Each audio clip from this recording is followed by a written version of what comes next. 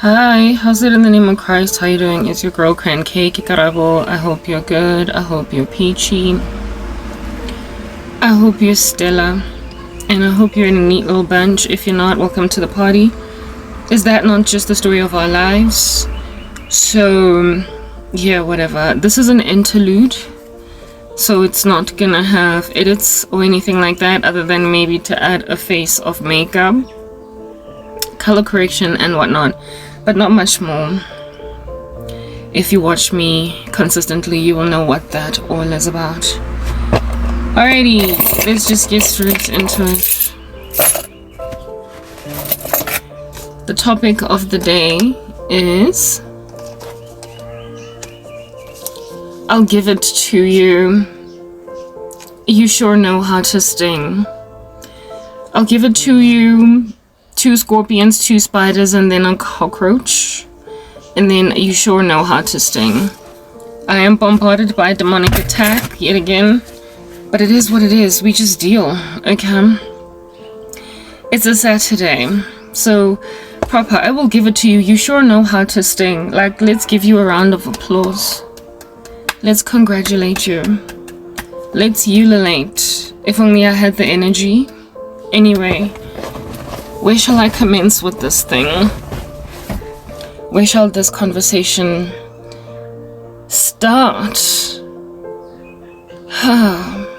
Have you ever been inside the house of a person that's just dirty, like hoarding? Somebody that just never cleans. You can't for the life of you even drink water in that house. You can't drink juice in that house. You can't, because what in the world is in there? Or if they offer you anyway without asking you, you then look inside this glass and there's all these particles floating on the surface. And all you can do is just be grossed out and not be able to leave soon enough. You want to leave fast and furious, but you're there. Yeah, but at the same time, that person is like your friend or whatever, and you don't want to offend them, so you push it out to 1 hour as you're chilling there, and then you make an excuse to leave. Once you've left, all you can ask yourself is, how does anybody live like that?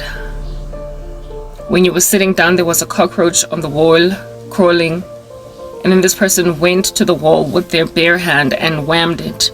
And said, "Eish, these cockroaches, eish mapela ah." Because she's just that used to it. Because she's just that used to it. A person that's just always spraying. There's always something that she's spraying in the house, because there's always just some pest doing its rounds. Always flies, always ants, always spiders, always, because this person's just dirty. It's hard to visit them. And it's hard to also leave if you want to be decent. Well, I am not decent towards dirty people that hoard and that live in dirt, that live in junk, that think that one day I am going to sit down on their dirty couch and drink from a dirty glass with floating dirty things on the surface, and act like this didn't happen for the sake of decency. I'm not decent, okay? Sorrow has ransacked me for years. I just keep trying to remove this. I don't even know what it is. White cow sunscreen. Sorrow has massacred me for very many years. And as a result, I've lost what is called basic decorum towards crazy people. I do not care for them in the slightest. I tell it like it is. I have established a candor. But it's quite unfortunate that I'm the only person that's gotten to that place, or I'm among the few that just don't take any prisoners anymore. Because frankly, when that person is an entire country, shame. It's just sad for anyone that has to live in the midst of all that crazy. Thank God. The world is ending. I just don't know, how long it's going to take for us to gain relief. I am bombarded by persistence on my person. Evil, like as in nefarious, excruciatingly diabolical men are still trying to marry me. women are still trying to help them. And this is what I gotta say. I repeat myself, indeed, we will admit. And when then I get a new bombardment of crazy trash and more suicide curses and whatnot, I am disillusioned, and I just trudge through the streets, and I don't want to come here and talk, because how many times can I just keep saying the exact same thing?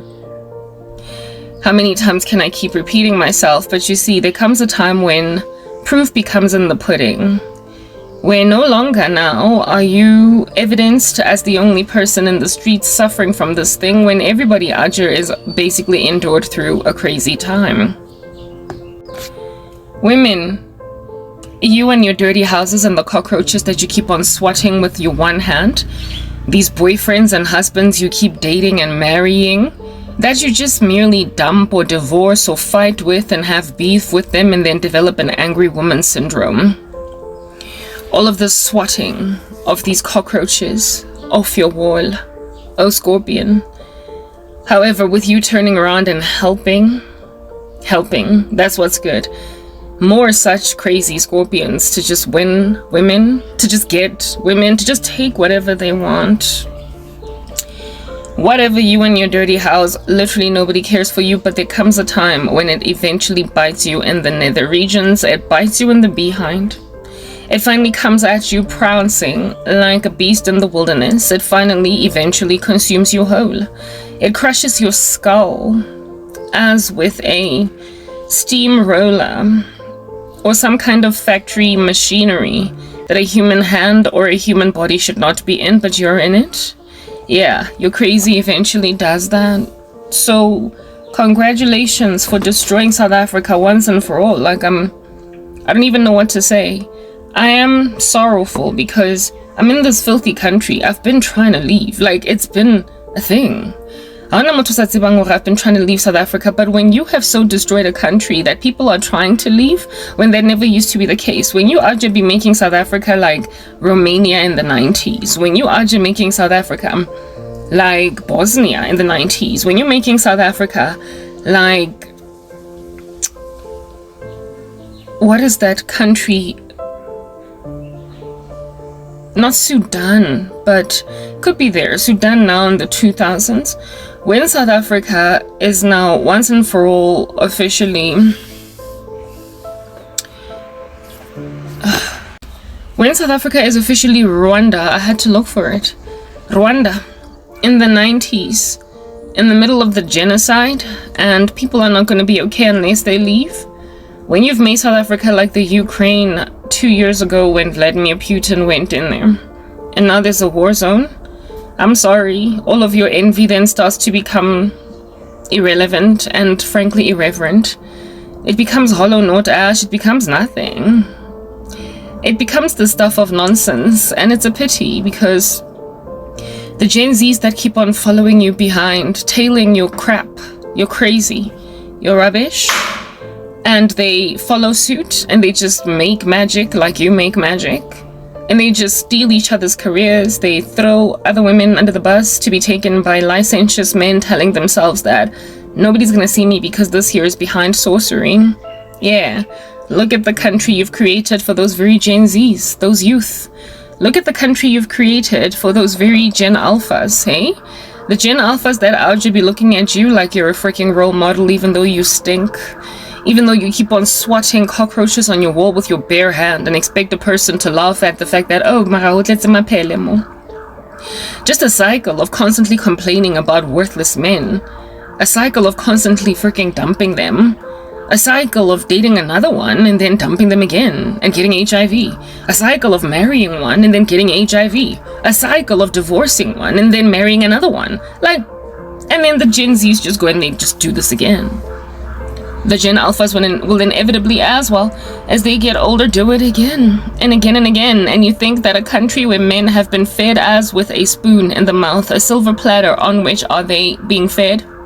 Given, handed, proper, perfectly viable women on a silver platter, even though they are grubby, even though they are worthless, even though they stank, even though they are putrefaction, the stuff of maggots, that which is a gangrene, metastasizing, even though they are the absolute most voluptuous and comprehensive scum of the entire freaking planet.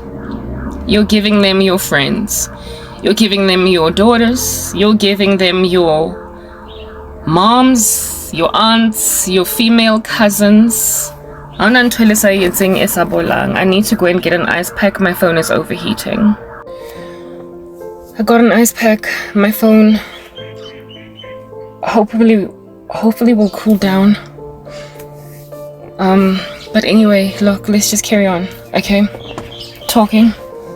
I had to retype even my thing over there. I'll give it to you. You sure know how to sting? Yeah, women, whatever. Look, okay. Like when you have putrefied an entire country. Wait, listen, okay. The only reason why men ever did anything different, anything better, was because women frankly realized that they're human and refused to take crap. Men have never, in their own volition, just out of their own sense of morality, ever changed their minds about incarcerating women in an unreasonable ecosystem. They don't just change their minds about harassing women that have not had it coming. They have to be resisted. They're kind of beastly. It's their judgment. Adam was judged and told that from now on you will try to rule women. You will try to rule your wife. Your judgment is that you're going to want to rule your wife. Rule her. While Eve, her desire would be for her husband. So therefore, a person that's a little bit of a despot, megalomaniacal, wants to rule and does not have any interest in actually building character. Goodness gracious, absent of an entire country revolutionizing, standing up and resisting him as a king, he will stay on that throne. What in the world is that? Goodness, I moisturized my hair yesterday and it just showed me flames on my car seat. How gross. I'm like those people in the movie Coming to America with Soul Glow. Anyway, whatever. Unless this person is stood up against by the whole country, unless the entire nation resists him, comprehend, he is not going to do anything different. He is not going to change. It's written in the Bible that an evil person that is congratulated or that is not rebuked or punished will have no incentive to change. Men are inherently megalomaniacal because it's their judgment from God after falling from the garden. From now on, you will try to rule Eve. You will try to rule your wife. So, in order for them to do differently, they have got to be resisted. Because it's not healthy for anybody to live by themselves. You will literally put me at the precipice of the end of my life for rejecting something that needed to be rejected in order for it to do better. You will put me at the edge of my seat until I'm dead. Hence why the title of today is I'll Give It To You. You sure know how to sting. You are serpents and you are scorpions. You are rubbish. Do you understand what I'm saying, women? But like, at the end of the day, with you being able to put me in a position to suffer like this, and also with these men rocking up and just trying to take whatever they want to take because they've been trained that do what thy wilt, for that is the whole of the law. Yeah. Bottom line is, when you live in filth, when you're living in dirt, when you're living in a house, iritsila, with cockroaches just crawling on the walls, whether or not your guest is disquieted in that house is at that particular juncture irrelevant, because you are the one that lives in all that murk. And when your guest leaves, when the person that has unfortunately visited you leaves. You will be left alone to deal with that junk. You're killing me? Wow.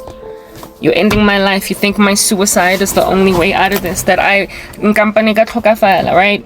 You've told yourself that, let her rather die. Okay, fine. Maybe one day I will die. I told you I'm not invincible.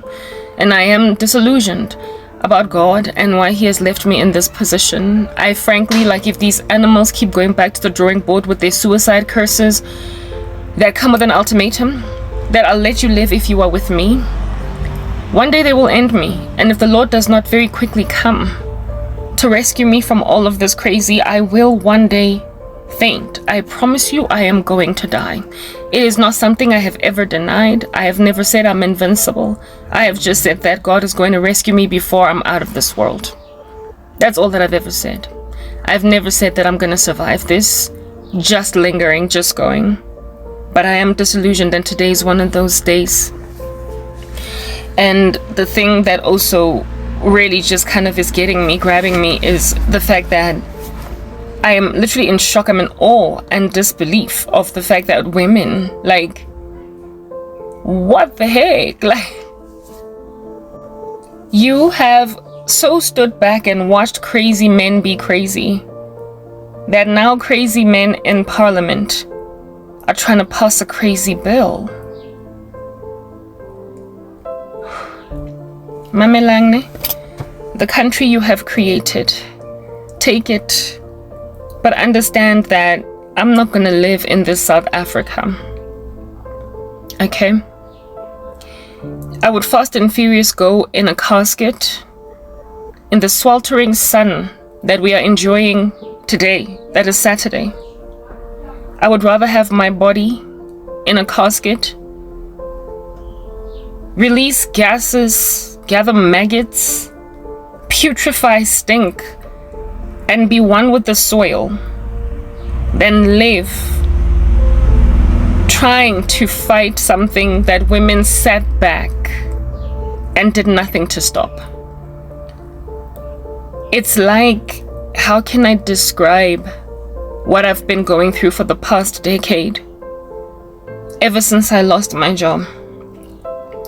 Imagine being a struggle veteran, a struggle hero, under apartheid. You have been marching, you've been rioting, you've been throwing your toys out the cart.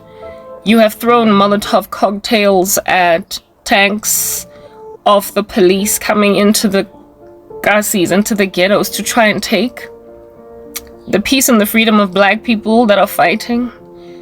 You have thrown stones at police that are manning high schools, that are coming into homes of parents taking their sons and daughters because they are revolutionaries or whatever, arresting them, and then they don't come home, they get killed. You've been fighting that system, and then finally, hooray, the regime falls and you are now free. You have spent 15 years of your life fighting. You're older, you're in your middle age, but at least now you're free. You started fighting when you were just a kid, but now you're free. And then, right? Just as the freedom is being finished, there then becomes some kind of a coup, a state capture in your country, while negotiations and deals are being made by your government to set the people free because you fought and you've won. There then comes some militia, some guerrillas, some rebel group that is so recalcitrant that they tell themselves that, we're going to Asha and proliferate the apartheid regime, and we're gonna die trying. We're gonna die trying. Like, just when you're at the precipice, just when you have won, just when you are supposed to basically relax now, be at peace, then there's more people trying to fight you. At this point, you're tired, you're in your middle age. I promise you, that's the kind of stuff that if at all the state capture succeeds, if the state capture succeeds, if these coup veterans succeed, if these warriors for the antichrist system succeed, if these people that are trying to maintain apartheid succeed in the midst of what look like, oh, we could be coming out of this very soon. Every person, if most people, let me rather say most to be fair, most of the people that fought to get to the point where at least they are repealing apartheid, I promise you they would be found hanging. They would kill themselves. Because it would look as if though to fix this thing, it will look as if the evil will just overwhelm. It's going to finish us off. When you are bright-eyed and bushy-tailed, starting a fight is worth it. You become a protagonist, you have energy. But when there's so much rebellion against change that people keep on coming up with brand spanking new structures to insist upon the status quo that is destructive and oppressive, people that under normal circumstances were quite heroic and who under normal circumstances was strong, they will kill themselves because it's like the Bible says, hope deferred makes the heart sick and a longing fulfilled is a tree of life. When a person has been fighting and they're tired, and then the fight that they fought gets brought back again when they're at a point of exhaustion, when it looked, however, like they were getting out, people will be shocked out of their minds when they suddenly commit suicide. People will be surprised that a person that survived so much rubbish just died so suddenly. They did not want to stand, they did not want to fight, they did not protest, they were not protagonists. I kid you not. If at all Jesus Christ does not take me out of South Africa, I am going to die. If the Lord lingers this place for another year, 2, if the rapture does not happen as in within the next few minutes, not only that, if there is no change that happens, because of course people are freaking tired. Why wouldn't they be? Why wouldn't they be? If in the midst of what is a 10-year struggle, and that's my struggle has been 10 years long, mine, but I kid you not, right now there are people who've been enduring this for 15 years. There are people who've been enduring this for 25 years. When the people who fought, who entered the gun battle, the knife fight to try and set free and oppress people, including themselves, when a new oppressive regime rises up from the ground and there's no relief, there's no ululating, no celebrating in the streets, just a maintenance of oppression, you are going to lose the only people that actually fought. And that's just the sad thing about losing the only people that fought. When I was on the come up, my grandmother, who was a young woman in the days of apartheid, and she just lived like her whole life was in apartheid. She was one of those complacent apartheid endurers. She was one of those people that basically sat down and waited for everybody else to set the black people free. She did not necessarily approve or agree with the regime, but she would never take up her own arms. She would never have gone to the streets herself. She would never have rioted. She was one of those that ran away when guns were going. She was one of those that hid, that ducked, that basically kept their hands clean so as to not endure ramifications for being a rebel in that time. She was scared of the system, and so therefore was docile under it, and had very little hope that black people are ever going to get anything done, that the oppressed groups would ever get anything done, like coloreds, Indians, everybody that was fighting the system. She just looked at them like, y'all are wasting time. She did not necessarily approve or agree. She wasn't exactly an Uncle Tom for the white supremacist regime, but she certainly was just complacent. She was just standing back, wagging her head, saying, this is never gonna stop. So she didn't have any faith. I remember one time when Der Blunt was doing a speech on the news, saying that he's gonna kill all the black people of South Africa. He's going to ethnic cleanse until we are all gone. I looked at my grandmother and I was like, is he really gonna get to kill us all? And my grandmother was like, yeah, he's gonna get it. My grandmother thoroughly said that that Blanche is going to succeed to kill all the blacks. I was just a kid, so I was traumatized by that statement. Here it is that my grandmother believes a genocide at that level was feasible, possible, where it is that every last oppressed member would perish. She never believed in the overwhelming power of goodness and it being able, therefore, to succeed, to conquer. She was a Christian, a professing Christian. I believe she was a Christian, period, but she certainly lacked faith. She had very, very little faith in an overwhelming and all-consuming God that can uproot wicked structures, monolithic, satanic structures. She was endured through so much of it and had only ever grown up in it. It's all that she knew, to a point of imagining that all of her peers that were fighting were wasting time. Lo and behold, the regime got repealed while she was still alive. She got to vote in 1994. Remokapile to a school to go and vote for Mandela. But in the run-up to that, she thoroughly believed that Eugene Blanche was going to kill all the black people. That type of person looks at those who fought and are grateful eventually for them. But it is also that type of person that gets shocked at how weak all of a sudden the people that fought become when a monolithic structure is trying to rear its ugly head and be maintained. When the kid that marched and rioted and threw Molotov cocktails suddenly just takes themselves out by suicide, or they drink themselves to a stupor till they die, or they just do something that ends them, someone that was so strong and so relied on and so appreciated and respected for the fight that they're fighting, when then they suddenly take themselves out, because herein lies us at 1994 having some guerrilla mobs coming to all the voters at the election to kill them because they know that they're going to vote for Mandela or whatever.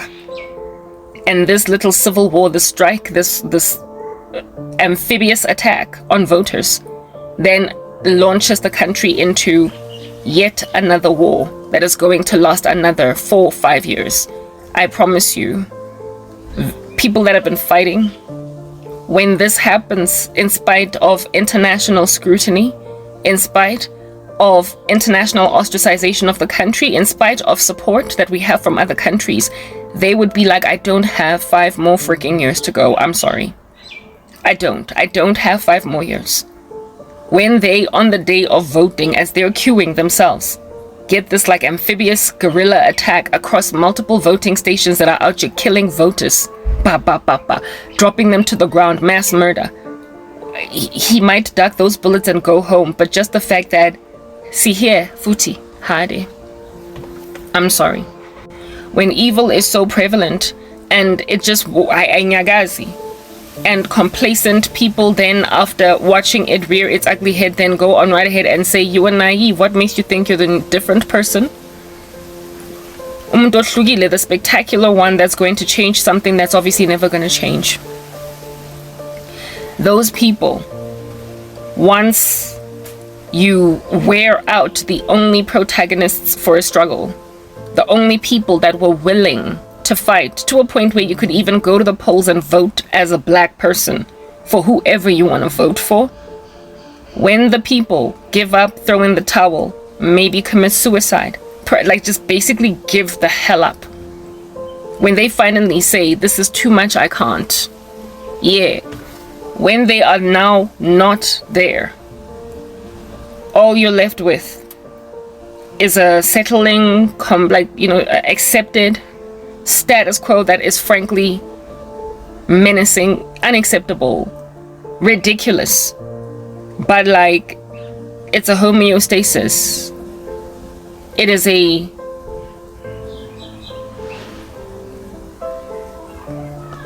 Stepford freaking country. If you've seen the movie Stepford Wives, you will know that it was of these women that out here got robotized by husbands who fetishized the prospect of a robot wife that did not argue, that cooked, that cleaned, that gave birth, but said nothing else, did nothing else except just be a robot. When you make an entire country Pleasantville, when you make an entire country Stepford. Pleasantville has no color. All the women are just robots. Whoever it is that was trying to riot and create a new narrative, when they die, because they're tired of fighting Pleasantville, they're tired of fighting black and white with no color, they're sick and tired of fighting a zombie apocalypse, when the last of your struggle heroes dies, my goodness, you will be next. Because understand this, to be completely ignored, desecrated, disregarded, to be left to merely exist as a second grade citizen for the rest of your life, and your kids growing up in that grain, and your kids growing up in that grain, eventually it's going to manufacture just mass deaths, young deaths, violence in the communities that are oppressed, suicides. It's just going to create exactly what happened, frankly,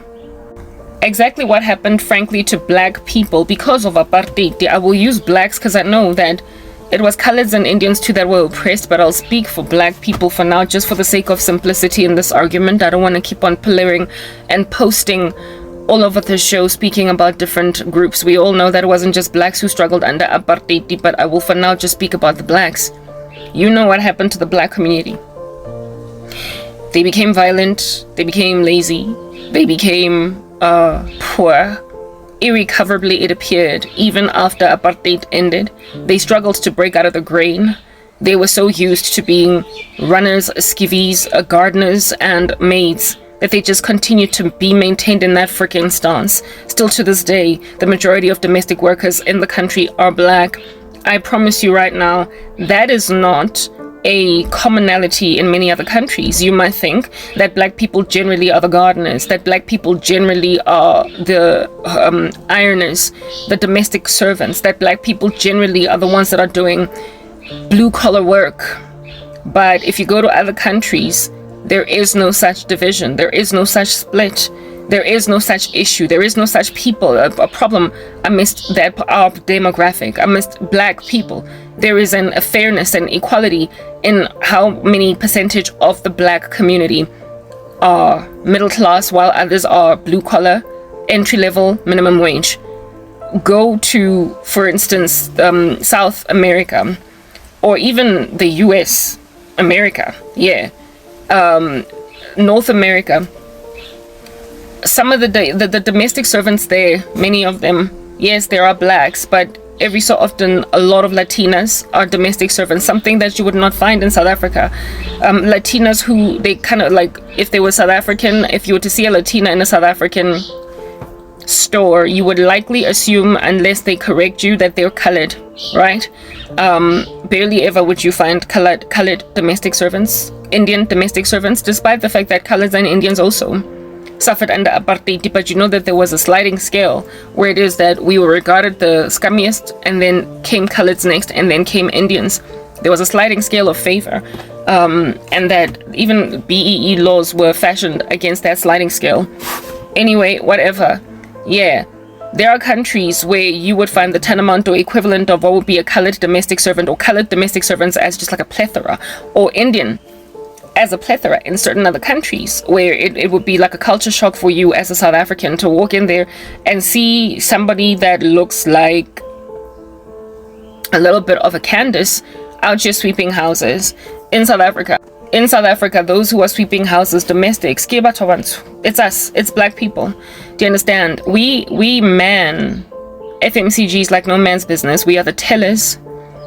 We are the people selling popcorn at, what do you call this, at movie houses, etc. We are the majority of the entry-level blue-collar workforce, minimum wage workforce. With that being, that is a thing because of what started in apartheid, and we are just not breaking out of it. We are not breaking out of it. So whatever calluses were put in people as a result of years of suffering, they are maintained years after they've been set free. So they basically dangle around in homeostasis in a space that is frankly unacceptable. Is okay, birdie, you can fly now, but they've been caged.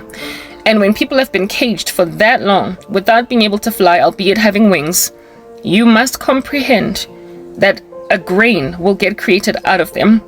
And this grain will create a society of violent people, gangsters, domestic servants, and painters. If they're going to make an honest living, they are blue collar, entry level. They will only ever be seamstresses for factories. They will only ever be that which is something that's just starting out. You will always just be maintained in that. And a people group that are maintained in that stance will never get to know what it's like to be respected. For crying out loud, they will never get to know what it's like to be educated and to be regarded as important for your voice to be heard. For them to not have to keep on taking seconds, hand-me-downs, scraps from people who think that it's appropriate to give me your leftover dinner. They will never get to know what it's like to essentially feel offended that somebody gave you leftover pizza. They will never know what it's like. It's just normal for them to keep on getting other people's babies' clothes. It's normal for them to keep on getting the dinner that was cooked last week. It's normal. It's so normal that they say thank you when they get these scraps. They appreciate them, they take them home, and then they come back the next week and they say, my son enjoyed the spinach. They don't see that it's just like, why are you okay with being so second grade? You are asking women to be just like what black people are in 2024, 30, almost 30. I think it's 30 years. Look at that. 30 entire years since the first democratic election involving all citizens of the country across the board insofar as they registered to vote. 30 years. 30 years later. And black people are still content with basically Group Areas Act type appointed jobs, vocations. To this day, like, y'all, I'm not even kidding, even Uber drivers are largely black. Any, like, bus drivers, entry-level struggling work is black people's. But go to the US and you will find a white Uber driver. You will also find a Latina Uber driver, a black Uber driver. Across the board, you will find people working entry-level jobs across multiple races because a grain was broken past. A people fought, and they overcame and overwhelmed, therefore, that which is the expected outcome of such people as these.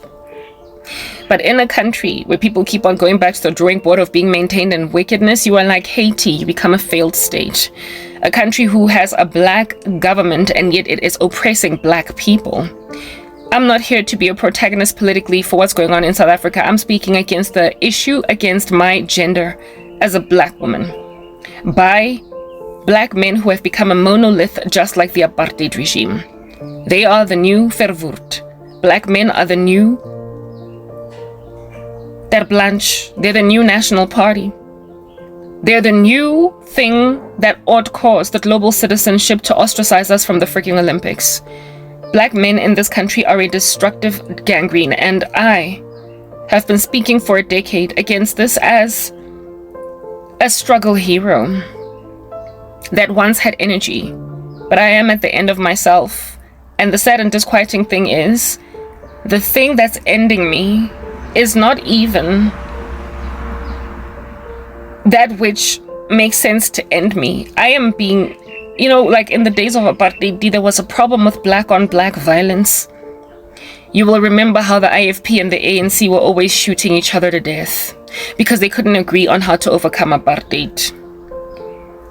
Women are like that black on black violence against this monolithic structure of black men that has already made it clear that they are happy for us to live in segregated housing under Group Areas Act. Because I'm black, I gotta live in Sophia Town. Because I'm black, I gotta live Kosoweto. If I dare set my foot go Eldorado Park, I'm in danger because it's a colored region. If I dare go to Lenasia, I'm in danger because it's an Indian region. And worse off am I in danger, and worse off can I just be killed on the spot with no right to recourse if I dare go to downtown Joburg, if I dare go to Yeovil, if I dare go to Rosebank, because that's a whites only area. Y'all need to comprehend that Kizame, I tried. I have a spiritual gifting. Not only that, I have been endured through some of the most ridiculous mistreatment by men, like entitlement that I, for the life of me, never expected I would ever see in my lifetime, given that I was born in 1984. I generally, well, latter part of apartheid, I barely felt it. Do you understand what I'm saying? And when it comes to the liberation of women, when it comes to women working, women doing what they want to do, I was born in a sweet spot because nobody was out here trying to lament against the working woman. We were not in a time where women were first starting to lament against being Stepfordy, and then men resist until they let go because they see that these women are not going to let it go. I grew up where equality between girls and boys was already a thing.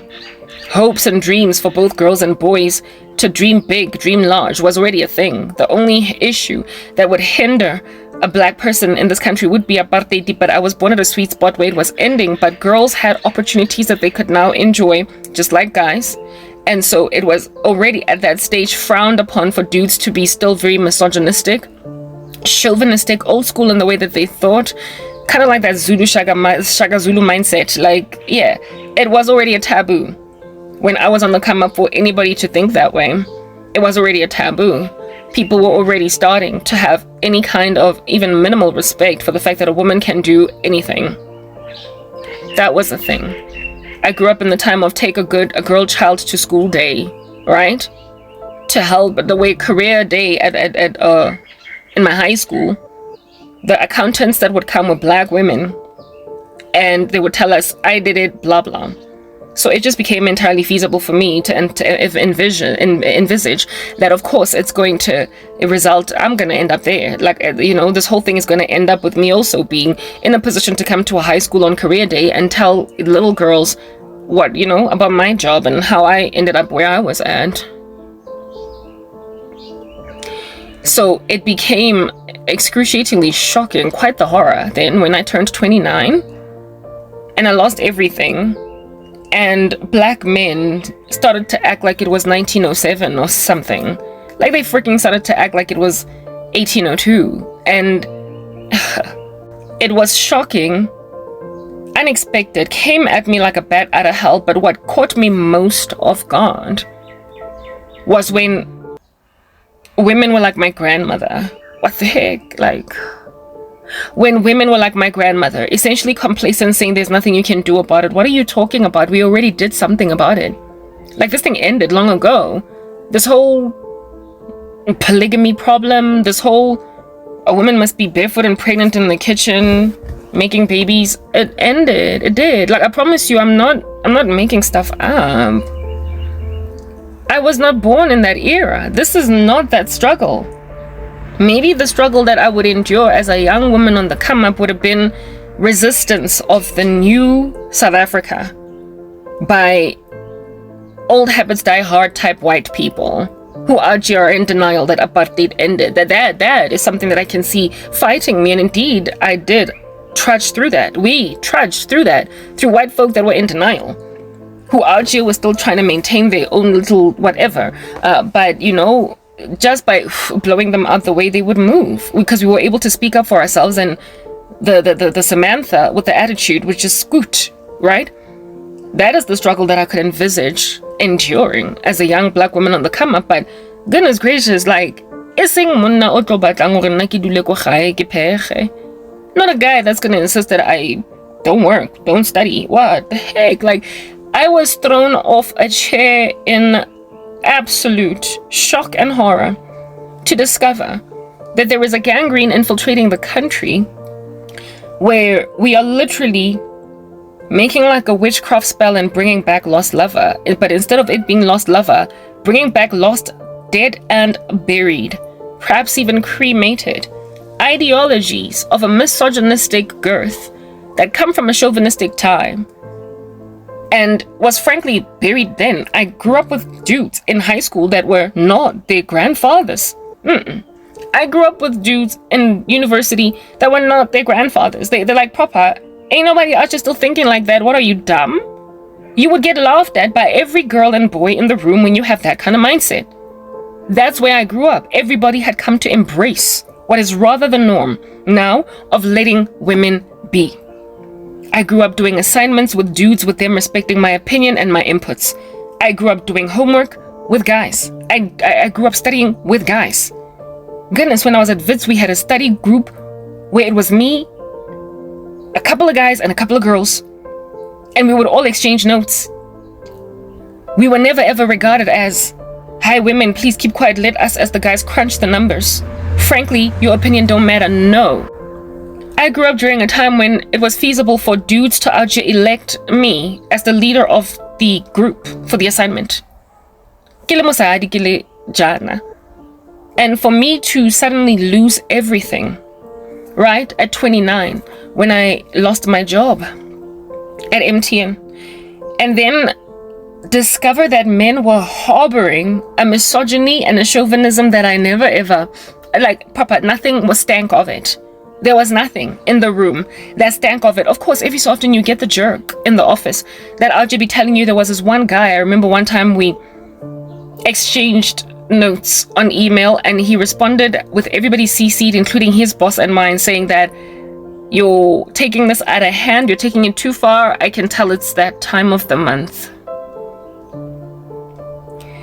Yeah, this dude said this in an email, CCing his boss and mine, because already the discussion, the conversation we were having had CC'd the teams. And he easily said that in an email. I was shocked out of my mind. My boss lady called me to calm me down and tell me not to take this to the grass because I must pick my battles. His own boss did not respond, and I was shocked at that, but it was such a shocking whammy that I got condolences from everybody. And so I was able to calm down. It also was few and far between, sparsely scattered, kind of rare. It was absolutely rare. I have worked with misogynistic men. You will always find that jerk in the office. I have worked with chauvinists, but largely dudes were decent. Largely dudes were responding to you properly. Largely dudes respected what you had to offer. Largely dudes were not out here treating you like a woman must not speak. I mean, it was, after all, 2013. 2004, like, what the heck? Guys. So that, when the spirit of that dude that told me that it's that time of the month, when the spirit of the guy that out here be asking you for dinner when you send a document for signing to his desk, when that guy that is 1 out of 26 in a room then suddenly rears its ugly head as actually no, that was the rather deeply held sentiment of all the guys. It's just that the only reason why they didn't manifest that trash was because you were self-raised, you were self-sufficient, you were strong financially, materially. And so therefore they did not just rock up all up in your grill like a 1997 Bugatti Telela. They did not just disrespect you. When I came to learn at 29, when suddenly everything fell apart in my life, when I got sabotaged to lose my career, when I came to learn that the remaining 80%, because indeed I was dealing with 20% of guys that were rubbishes. Every woman deals with the odd misogynist, they're crazy. But there was a time when they were the exception to the norm, so they were not sufficiently scolding to cause PTSD. They were just idiots that you just don't talk to, you ignore them, you walk right by them, they're ignorable. When I came to learn at 29 that the outward peacock flaring, comprehensively arrived, not hiding, ornate and ostentatious misogynist was rather a representation of, however, the covert, hidden, clandestine, behind closed doors, secret misogynist. When I came to learn that there was a spirit that was being harbored by men that manifest and reared its ugly head to the nth degree, once women lost their sufficiency, self-sufficiency. When I found out that 80% of reasonable, decent guys that made it such that the worthless ones did not give me PTSD, when I discovered that 80% was rather tapering towards 10 to 15%, us like it, y'all. I was thrown into a frenzy when I discovered that it's only about 10 to 15% of men that remain that are normal, while the rest, the remaining 75%, while the remaining 85%, while the remaining 85 to 90% of them are this thing. When I found out the hard way, yo, guys, and you know what? I am speaking about the black community. I will literally put this out there. I'm not blanket applying this to white men, Indian men, colored men, because the crazy mistreatment of my person has come from nothing but black men. It's been black men. I have not been this rubbishly treated by any other race of men, so I cannot blanket apply it. That's why Kere, it's just like apartheid, where it is that black people are the ones that are still domestic workers to this day because we were by far the most oppressed, but the oppressive group, instead of this time around it being white supremacy, it is just black men. It's black men. I don't know what the heck is going on over there. They do not get to claim that they were previously oppressed and did not have an opportunity to be manly men because of apartheid. Because how do you account for decent treatment of women by Indian men and colored men? How do you account for people who were similarly oppressed under apartheid, basically building their lives now, moving into the future, do you understand, and seeing what they can do tomorrow without out here trying to keep out from the room one demographic among them, the weaker sex, women. Indian men did not respond to post-traumatic stress after apartheid by incarcerating into obscurity their women. Similarly too with colors, and similarly too with any other oppressed group. The Chinese claim Uguti. They were under apartheid too, but not largely. But anyway, whatever, let's give them that pocket because they want it. Alright. Black men are the only ones that became this treacherously violent, and frankly, I can't even tell you what the root cause of that is, but herein lies the comprehensive deal. The level of misogyny, the level of chauvinism that out here be leaving women out on a limb to die if they don't take what they want. I was out of my mind shocked at how heighty it was. And I imagined that because this is obviously an epidemic against women, because this is obviously a problem against women, of course women are going to do that which women always do when men are out here manifesting crap. Stand together. I need the bathroom. We all know that didn't happen.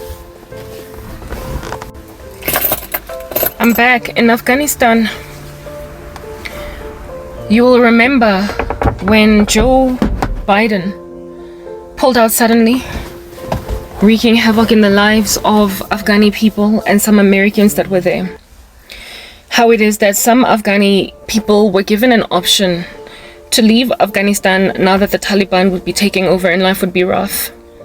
In Christianity, in the body of Christ there are some people who chose to stay and not leave because they wanted to fight for their country. That is a person that still has fever to fight a wicked regime because they've been given energy by God. But when that person fights and achieves some kind of goal, only to later find themselves afflicted by a repeat offense, that individual will remember the one time that they were offered an opportunity to leave but didn't, and they stayed. But now it's too late. Nobody's coming for you. The official process to get you leaving a country have been taken away. Those opportunities, those avenues, those louvers have been closed. And so this person will end up being inevitably freaking suicidal. I'll be back. I need water.